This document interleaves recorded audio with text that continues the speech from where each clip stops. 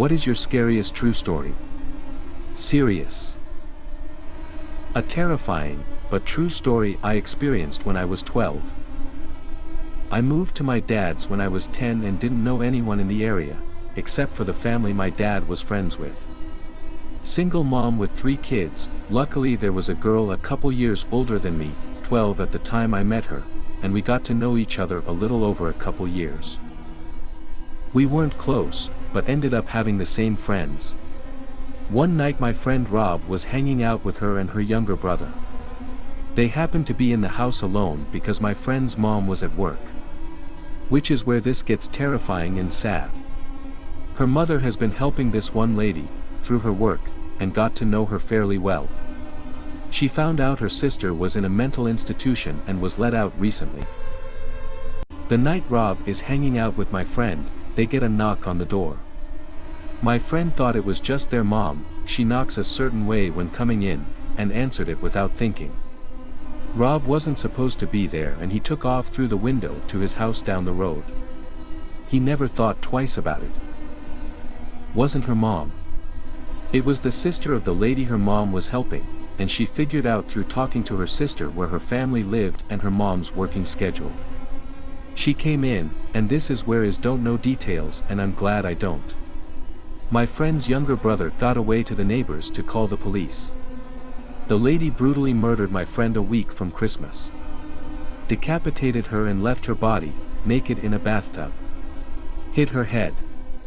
They had to look through the presents and I don't know where they found it, but they did. I wasn't allowed to go to her funeral. I was sitting in my room, after getting out of work, on the 2nd floor. Little bro is downstairs watching TV, the dog is in the hallway outside my door sleeping. All of a sudden dog starts making all kinds of racket, jumping round, barking, clacking nails, howling. I go to get up to see what's up and I hear, "Ah, that's a good girl," in a male voice.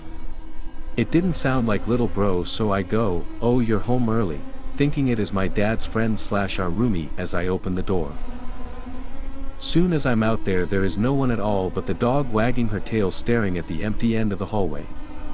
Little bro comes upstairs to yell at me for getting his dog riled up, said he heard the same voice thinking it was me or our roommate. We did a once-over of the house with my butterfly knife and his BB gun and there was nobody. Still gives me the spooks to this day.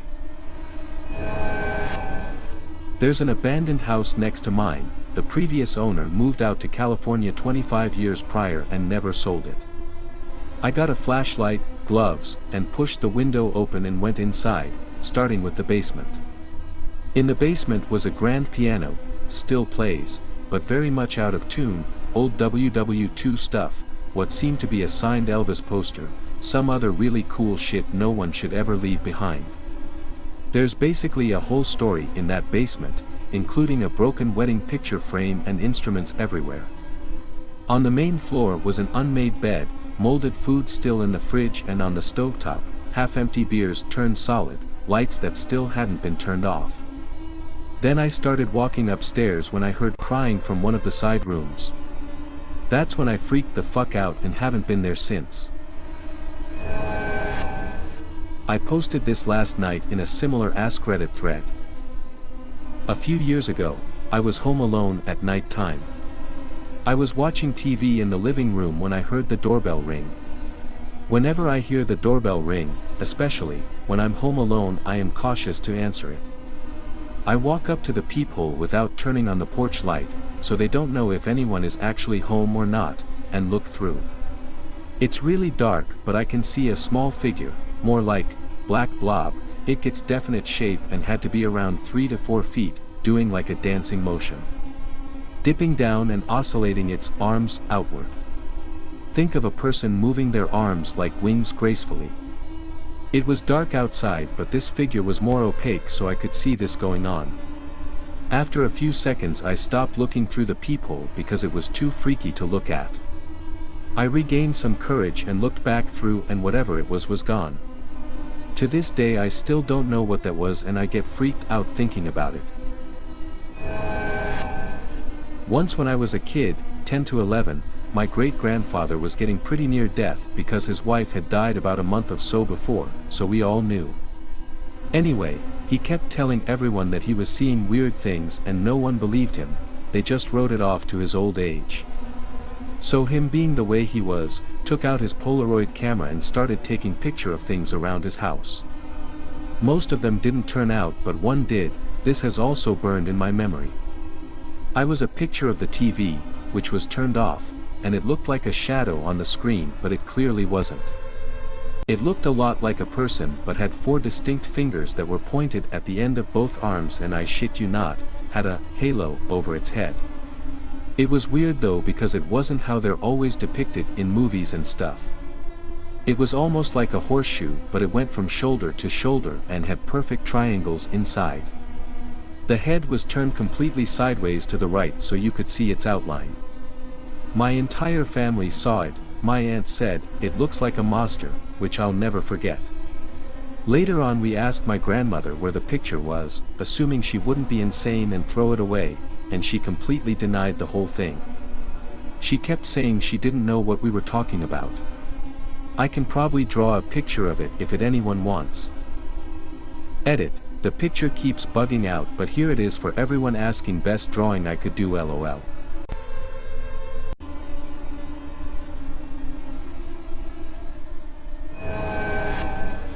My grandmother lives in a very old house, late 1700s, which is surrounded by graveyards on both sides. The other day, my friend who I hadn't seen for months, arrives at my house. We are walking along the old cobblestone driveway when he begins talking about his newfound spirituality, not in a religious context, but with regards to feeling tuned in to things. I believed him. He had been away at a drug treatment program and I believed that he had experienced some kind of cerebral/spiritual awakening. Anyways, as we are talking, my cat walks over to us and starts rubbing up against my leg. After a while I realize she won't quit and that she is trying to tell me something. I start to follow her and soon I realize she is going to the graveyard. Every time I stop following her she turns around and rubs my leg until I begin walking again. When we finally get to the graveyard, she jumps up on a gravestone, balancing on the slender part of the gravestone, and will not move. She begins hissing when we try to take her off the headstone. We realized that the grave was someone who had lived and died in our house. My friend took this picture of the cat on the gravestone.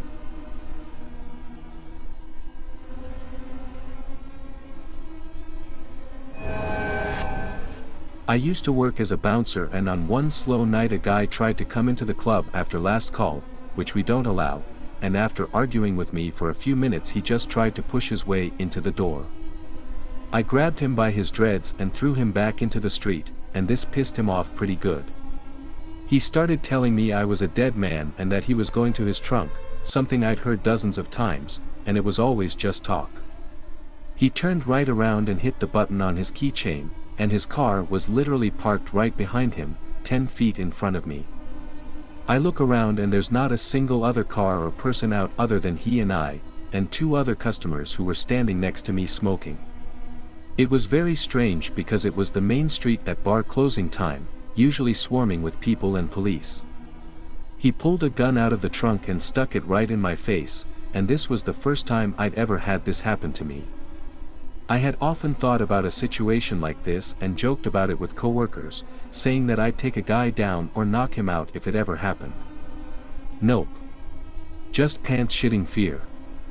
Luckily I had nothing in my bowels to vacate, because I certainly would have if that wasn't the case. While trying to keep my voice from cracking, I used one arm to push the other 2 customers inside the door, and said, "You're on camera, get the fuck out of here." I backed up, locked the door, and puked in the bathroom for the next 15 minutes while the cops were called. Scariest moment of my life. I posted this yesterday as well. One day while doing my laundry one of the lights blew out in my basement. My basement is set up so that the laundry room is split from the other side of the basement with a wall and a door. In order to get upstairs you have to exit the laundry room and go through the other part of the basement. So the light blew in the other part, not the laundry room. As it was the only light on that side, it was pretty fucking dark. I finished the laundry I had to do while dreading the walk through the dark basement. I exit the laundry room, get halfway through the basement, and I hear a loud cackle. Imagine a sound people make when they imitate a witch. Take that and imagine that the witch had been smoking for 50 years, making her voice deeper and hoarser. That is what I heard, clear as day, right behind me.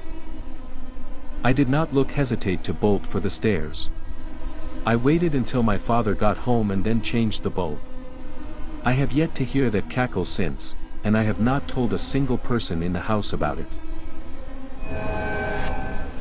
About 2 years ago my ex and I went through a really nasty breakup. Lots of crying and nasty words said. It became apparent that she had a lot of emotional problems and really wasn't the person I thought she was. Lots of anger, and lots of lying as I discovered. And to make things stranger, she is the one who dumped me, multiple times, and was absolutely furious when I finally accepted it and told her it was time for her to go. I wasn't exactly perfect here either, but that's what happens. I had also started a new and healthy relationship at this point maybe 3 weeks after the primary breakup, which pissed her off to no end. Anyway, she shows up one day to collect some belongings that were still at my place and she sits me down on the bed and hands me a note telling me to read it out loud. It's a really nasty speech about how I'm incapable of love, and a terrible person, and deserve to die. I refuse, but she's screaming at me and I just was like, fine, I'll read it if it'll make you go away. So I finished the speech and then she pulls out a loaded gun from her purse and spends about the next 15 minutes trying to muster the will to pull the trigger and splatter my brain all over the wall. She says she knows the law, she knows she'll be caught, she knows where she'll go to prison and she's fine with it because I'll be off this planet. So I spend this time trying, poorly, not to totally freak out and with tears streaming down my face telling her that she's not a killer and just needs to go live her life without me. We parted with a hug and I just learned she got engaged to a new guy a couple months ago. My sister and I were playing outside when we were younger and an elderly couple was walking by our yard. Our yard had a cemetery in the back, so it was quite a common local attraction for tourists as this house was built in the 1800s, and most of the graves were from children who died back then from the flu, etc. There are some creepy stories from that place, but nothing lives up to what happened all those years ago. Playing outside, and this old couple kept pestering my sister about what her name was, as they approached us, and got closer. We were just little kids, and got terribly scared, and ran inside and told our mom what had happened. The following week I heard a story on the news about an elderly couple approaching a teenage girl, kidnapping her, and raping her, and it was the same couple that had approached my sister and I. I still get creeped out by that. Alright, I'll have a go. So, I don't know if this is exactly scary, but it freaks me out. I live close to a Walmart, so when I need to go, I just walk there. But the trail takes you behind the store, then you have to walk along the side to get to the front. There's somewhat of a forest-y area all the way around the back and side of the store. My boyfriend and I were walking one night to get some stuff for root beer floats. As we were walking up the trail, we saw a black dog sniffing around. But it was dark, and I jokingly said, what if it's some sort of creature? And the dog whirled its head around at that exact moment, looked at us, then took off at a speed I have never seen a dog run before. I'm talking like some The Flash shit. Weird. So then a couple months later, my neighbor tells me she and her son had seen a creepy black dog roaming around the back of Walmart. Okay. Couldn't be the same one, right? Just a coincidence. But then she tells me that when it spotted them, it took off at the speed of light. Then, my boyfriend comes home in somewhat of a panic a few weeks later, and says he saw the fucking dog again. It's just weird. It's not black like a dog would naturally be, it's black in the way an absence of light would be, is the best way I can describe it. Like a void of nothingness that's dog-shaped. A few years ago I'm living with my sister because her and her so we fighting. He stayed somewhere else and she was afraid to be alone. Fine with me, free internet. I sleep in the living room on the couch by the window, and there's another couch on the wall behind me near the front door. I wake up jumping from a bad dream that I can't recall and sit up looking around. The room is fairly dark, but I can see pretty good. My stare reaches the couch behind me and I jump up and stand there looking. And sitting there on the couch was a tall dark figure. My first instinct was to bum rush it because brotherly protection, but as I stood there gazing at this guy, it came more clear to what I was looking at. I'm getting chills and my eyes are tearing up just writing this. Long black pointy hooded robe. Its head was down enough that I couldn't see inside the hood and its arms were crossed, folded into each other. It only took a few seconds, but it felt like an eternity.